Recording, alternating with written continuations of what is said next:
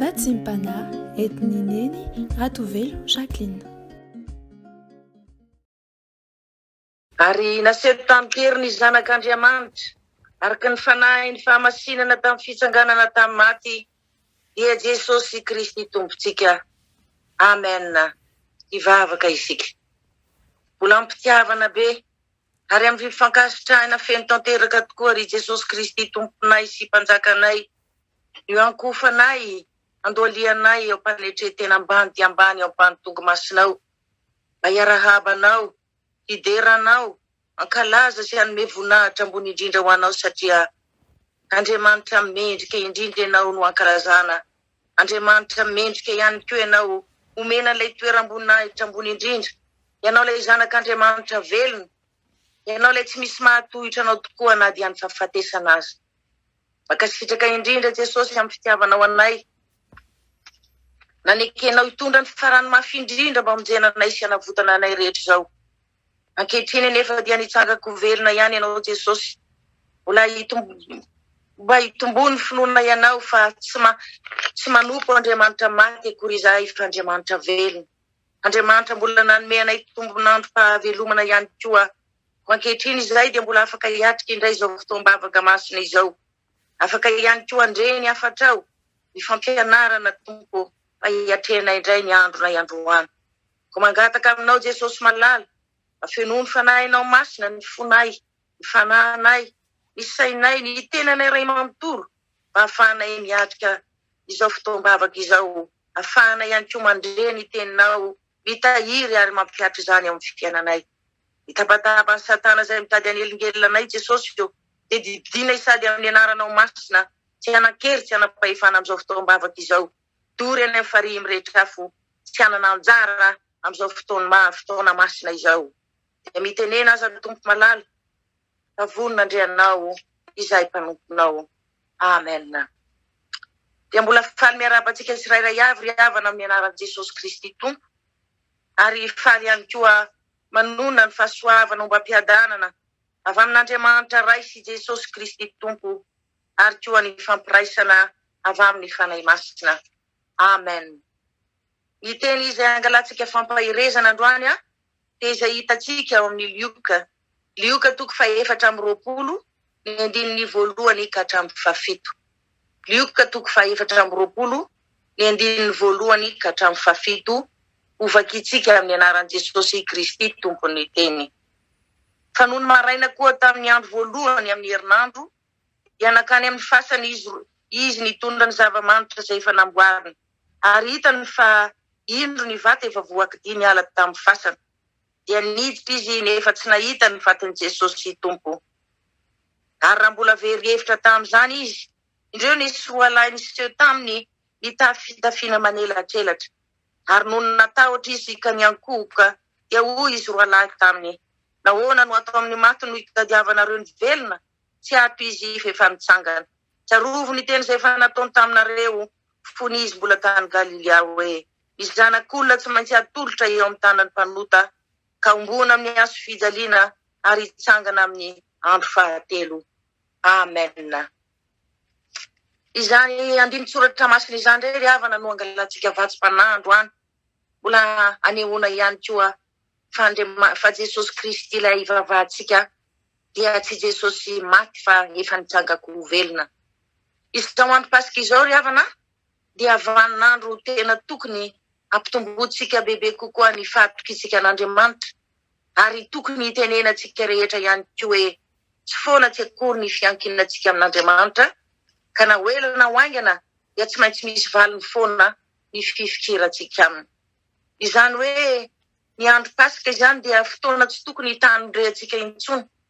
Fotoana ihany koa tsy tokony hitanisantsika fahoriana intsony, fa kosa fotoana tokony ampitrakatsika zanak'Andriamanitra rehetra, satria fantatsika ankehitriny fa na dia ny fahafatesana aza efa tsy nahatazona an Jesosy. Inona tokoa moa no tokony hampanahy atsika ry havana? Raha toa ka tena azontsika antoka tsara fa Jesosy Kristy izay na dia ny fahafatesana aza tsy efa nanaiky azy no manapaka ao amin'ny fiainantsika. Noho izany raha tena manapaka ao anatin'ny olona anankiray na ao anatin'ny fianakaviana anankiray Jesosy dia ny fahoriana izay efa niseho tamin'izao fiainana izao tsy tokony ho arina akory amin'ny fitahiana sy ny fahasoavana izay iseho amin'ny fiainantsika. Fantatsika tsara ihany koa ry havana fa ny zavatra tena atahoran'ny olombelona amin'izao fotoana izao dia ny fahafatesana, kanefa ankehitriny dia matokia. Aza matahotra intsony satria efa noresen'i Jesosy ny fahafatesana ho ahy, ho anao, ho antsika rehetrarehetra izao. Fantatsika moa ry havana fa Jesosy Kristy aneka ilay zanak'Andriamanitra velona, Andriamanitra mahery, andrin'ny fiadanana, Andriamanitra mahagaga ihany koa. Tsy mila nandresy ny fahafatesana izany izy ho azy, fa nataony izany ho antsika. Mbola tsy ary akory izao tontolo izao dia efa teo Jesosy, izy no naharinany izao tontolo izao ary azy izany. Noho izany, raha nanetry tenina Jesosy ry havana, tsy nanao an'izany ho azy fa ho antsika ihany koa. Raha nanaiky nampahoriana Jesosy, nanaiky niaritra ny mafy indrindra, tsy nanana izay andriany lohany ihany koa, nanaiky hatramin'ny fahafatesana teo ambony hazo fijaliana, midina tany amin'ny fiaina tsy hita, nitsangana tamin'ny maty ihany koa. Izany rehetrarehetra izany dia nataony ho antsika ry havana, fa tsy nataony ho azy mihitsy. Izany rehetra izany no tokony hitombony finotontsika amin'izao fotoana izao, satria tsy manompo Andriamanitra maty isika fa Andriamanitra velona. Ary tsy Jesosy Kristy niantona teo ambony hazo fijaliana intsony no Jesosy hivavahantsika, fa Jesosy efa nandresy ny fahafatesana. Noho izany ny lohalika rehetra ry havana dia tsy maintsy mandohalika eo amin'ilon'i Jesosy, na ny any an-danitra, na ny etỳ an-tany, izay rehetra manahirana antsika eo amin'ny fiainantsika, any aretina rabatana, any aretina ra-panahy, ny fahoriana maro isan-karazany, ny tsy fisina, ny ady, ny korotana izay atrehantsika, tsy maintsy mandohalika eo anatrehan'i Jesosy izany. Aza matahotra. Ny fanontaniana mipetraka kosa nefa dia izao, tena mino sy matoky marina ve isika kristianina fa nitsangako velona tokoa Jesosy? Tena mino ve isika fa na dia ny fahafatesana aza dia nanaiky azy? Raha tena mino aza isika ry havana, aza matahotra tsony aza manahina mierikerika akory fa manomboka an'io, dia aza manontany tsony ho vitan'i Jesosy ve ty zavatra sarotra izay iainako ity? Ho sitran'i Jesosy ve ty aretiko mafy izay iainako ity? Ho voavahan'i Jesosy ve ty olana izay tsy voavahako ety intsony? Aza manontany an'izany akory. Tena tsy ilaina mihitsy ny ry havana ny nampahoriana Jesosy, ny niaretany ny fangiry firiana faratampony tamin'ny herinandro masin'iny, raha toa ka tsy ampitombo ny finoana antsika izany, raha toa ka tsy hiteraka fahatokilina ho antsika izany. Tsy ilaina ihany koa ny nifonan Jesosy Kristy ho antsika teo an-tanakavanan'Andriamanitra andro aman'alina raha tsy ampitombo finoana antsika izany. Hoy ny tenin'Andriamanitra ao amin'ny Hebreo 11:1 manao hoe, ary ny finoana no fahatokiana amin'ny zavatra antenaina, fanehoana ny zavatra tsy hita. Izany hoe raha tsy manana finoana intsony isika, dia tsy afaka hanao na inona amintsika intsony ny tompo. Eny fa na dia nanaova ny fanampy aza fa izay rehetra nandray an Jesosy dia tsy maintsy hitsangana hiaraka aminy. Tokony ino izany sika manomboka an'io? Fa tsy maty foana teo ambony hazo fijaliana anie Jesosy, ary tokony hisy fiantraikany eo amin'ny fiainantsika tsirairay avy ny nananganana azy tamin'ny maty. Ny fanontaniana tokony apetraka tsirairay avy anefa dia izao, tena velona ao anatintsika ve Jesosy? Tena velona ao anatintsika ve Jesosy? Any amin'ny Apokalipsy ry havana 3:9 dia hoy Jesosy manao hoe, indro efa nitsangana eo am-baravaranao ka mandondona, raha misy mihaino ny feoko ka mamoha ny varavarana, dia hiditra ho aminy aho ka hiara misy sakafo aminy ary izy amiko. Ny zavatra misy anefa ankehitriny dia izao, isika rehetra toa mbola variana amin'ny zavatra maro samihafa. Isika rehetra toa mbola malainy tsy te hampiditra an Jesosy ao anatintsika, kanefa dia maniry isika ahazo ny fitahiana sy ny fahasoavana avy any aminy. Hoy izany ry havana, tsy maintsy mampiatrano an Jesosy aloha isika vao afaka miditra an-tsehatra eo amin'izay rehetra manahirana antsika ny tompo. Izy ary izay indrindra no tokony hafantarantsika hoe, aiza tokoa moa Jesosy? Tena efa ao anatiko ve Jesosy sa mbola any ivelany? Raha toa ka efa tena ao anatintsika Jesosy ry havana, dia tsarovy tsara, fa na inona ady lalovantsika, na aretina izany, na ady, na korontana, na olana maro sy sedra maro izay miseho amin'ny fiainantsika, aza misy matahotra intsony, aza kivy, satria izao andro pasika izao tokoa no andro anafahana ny tahotritsika sy ny aitsika rehetra ry havana. Ao amin'ny jaona toko faraiky amby folo ny 5:20 dia hoy Jesosy manao hoe izao ny fananganana ny maty sy ny fiainana, izay mino ahy na dia maty aza dia velona indray. Izany no manamarina ry havana fa tena nandresy ny fahafatesana Jesosy, tena nitsangana tamin'ny maty Jesosy. Noho izany tsy tokony hatahotra intsony isika, satria ilay Jesosy fananganana ny maty sy ny fiainana no anatintsika ao. Ka na dia mandalo olana mafy azy isika, na dia misy zavatra sarotra tsy voavahantsika intsony azy eo amin'ny fiainantsika, Jesosy ilay mpanangana ny maty sy ny fiainana no hanafaka ny aitsika rehetra, hanafaka ny tahotritsika rehetra, hama ny olana rehetra sarobahany eo amin'ny fiainantsika. Izy no hamelona izay rehetra matimaty eo amin'ny fiainantsika ray manontolo. Izany eny ry havana no tenenan'Andriamanitra tamin'ny zanak'Israely fa iny hitandremana ny pasika. Ary tamin'izany dia nandidy Andriamanitra hoe tsy maintsy manana zanak'ondry tsy misy kilema iray avy isan-tokantranony olona. Io ilay zanak'ondry tsy misy kilema io no tandidony Jesosy ry havana raha tena te hankalaza ny pasika ara-baiboly marina tokoa isika. Ny raha io zanak'ondry tsy misy kilema io no atetehany tokoa nambaravarana isan-tokantrano ataony Jesosy. Ko raha nahita izany ny Tompo dia andalo fotsiny izy. Tsy hisy endrim-pahafatesana intsony iseho eo amin'ny tokantranontsika. Tsy hisy faharavana intsony ihany koa avy amin'ny Satana ho tanteraka eo amin'ny fiainantsika.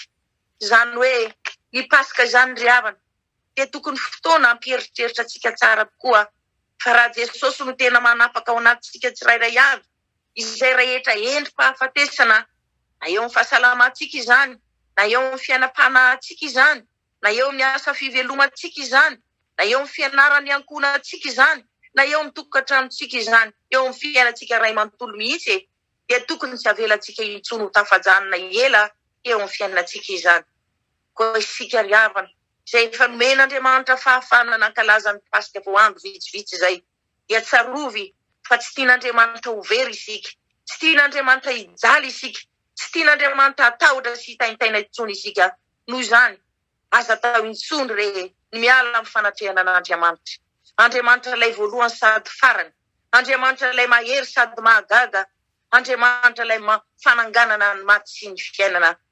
Ny voninahitra eo azy irery ihany. Amen. Iondrika hivavaka isika, mankasitraka, mankatelina indrindra Tompo malalo. Fa na dia nisy tokoa aza taminay nankalaza ny pasika, mba iravoravona sy faliany nofinay, ny sainay, ny ankonanay amin'ny resaka maro isan-karazany zavatry ny tany, dia ianao kosa efa nanana ny tanjonao matipaika tsara tokoa. Misaotra anao zay Tompo malala, satria ny fotoana ny pasika toy izao tokoa ny fotoana nomenao mba eritreretanay rehetra, mba handinianay tena. Fa raha nandresy ny fahafatesana tokoa ianao, dia tokony tsy hanana tahotra intsony izahay, tokony tsy hanana intsony izahay, fa say hiatrika an'izao fiainana izao tsy misy tahotra sy fiahiahy. Satria ilay Jesosy Kristy vavanay, ilay Jesosy Kristy ametrahanay ny fiainanay ray manontolo isan'andro. Ilay Jesosy Kristy nanaiky novonoana teo ambony hazo fijaliana, ilay Jesosy Kristy nandresy ny fahafatesana, ilay Jesosy Kristy nitsangana tamin'ny maty mba ho famonjena sy fanavotana anay no tokonay sy fanantenanay manomboka androany. Mankasitraka Jesosy malala, fa be fitiavana sy be indra fotokoa ianao. Miaritra ny mafindrindra koa mba hamonjena sy hanavotana anay. Ka mba ho setriny izany fitiavana izany Jesosy, mba ho setriny izany fanetretena lehibe nomenao nataonao izany Jesosy. Dia mbola fangatahana ihany reno ataonay aminao hoe aza vela izay raha tsy efa tena votokinona tanteraka anao, raha tsy efa tena matoky sy resy lahatra tanteraka ihany koa.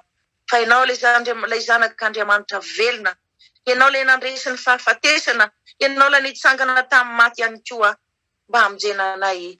Noho izany dia feno toky fanantenana tanteraka izay, fa ianao ilay mpanangana ny maty sy ny fiainana, ianao no hanafaka ny tahotra sy ny ahiahina rehetra eo amin'ny fiainanay, ianao ny hamelona hanangana izay rehetra matimaty eo amin'ny fiainanay ray manontolo, na eo amin'ny fiainam-panahinay izany, na eo amin'ny fahasalamanay izany, na eo amin'ny asa fivelomanay izany, na eo amin'ny tokantranonay sy ny ankonanay ray manontolo izany.